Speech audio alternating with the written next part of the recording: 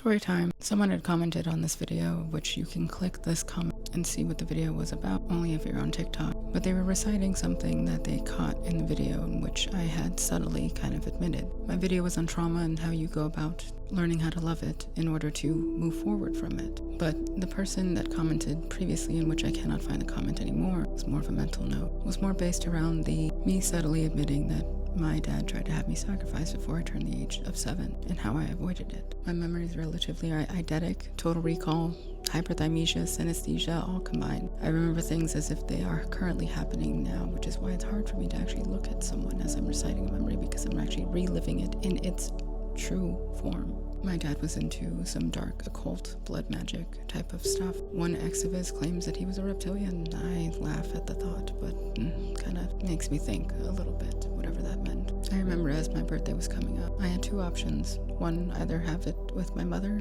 or my father. My mother's offer was a moon bounce in the backyard with my school friends, and my dad's offer was a father-son hike, just the two of us, when he was one of those absentee fathers or convenience fathers that would only show up every time he got a new girlfriend to show off that he was a prodigal dad, which he wasn't. While the offer was so tempting to see Papi for, one sun blue moon of a time, I still chose to have my birthday with my mother. Pin the tail on the donkey, a piñata, a moon bounce, candy, cake. I wanted that more so than this little hike. How I was able to piece these puzzle pieces together and create the story in which I am telling was no thanks other than my eidetic memory ability. My parents had joint custody, where my dad was allowed to have me over the summer and my mom was through the school year. My birthday's in July, so therefore summer break usually meant that I spent it with my father. I remember when I would go over to my dad's house and rummage through his stuff while he was at work. I would find old books, ones that were made of a certain type of leather that I would later come to realize was made out of human.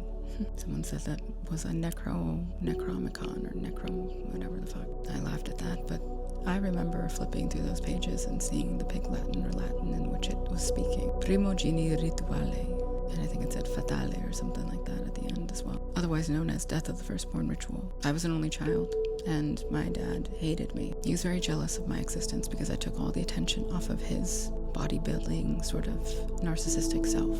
Tie in my mom not actually accepting the family name, given that that was a Hispanic-based family in Mexico. If you don't take the last name, that is the biggest offense to the family that anyone could ever commit. So I was considered a bastard child. Mind you, I'm not saying this at all just to have anyone feel bad for me. I just kind of feel fucking comfortable to actually telling the story. But I do remember how adamant my dad was at trying to get me to go on the father-son hike with him.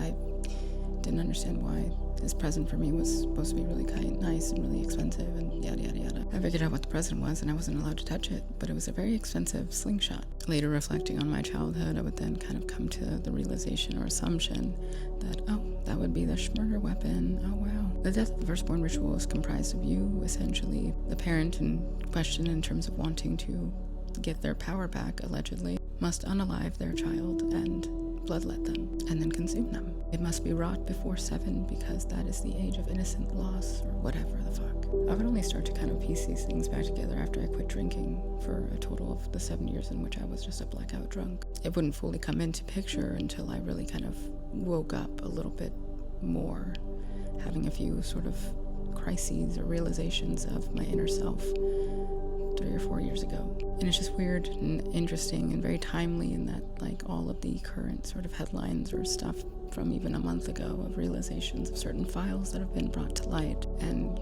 crimes in which have been done to children and other things and other humans and whatnot. It's very coincidental, and it's made me feel a little bit more comfortable talking about something that is very, very private.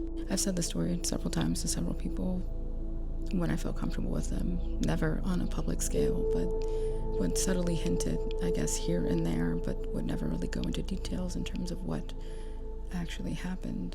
I once spoke about it on a live and someone said that was hoodoo magic and stuff like that. My dad was into all of the dark arts, if you will, even though the stuff that he was trying to teach me was light worker crap, allegedly, but I don't know. There's more to the story, but I think I'll just leave it at that. Those who know me know exactly what transpired after and I'm just gonna leave it at that. But if you're still here, thank you so much for listening. I appreciate you. Don't forget to stay awesome, stay positive, stay beautiful, and stay you. I love you truly. I do. Have a good day.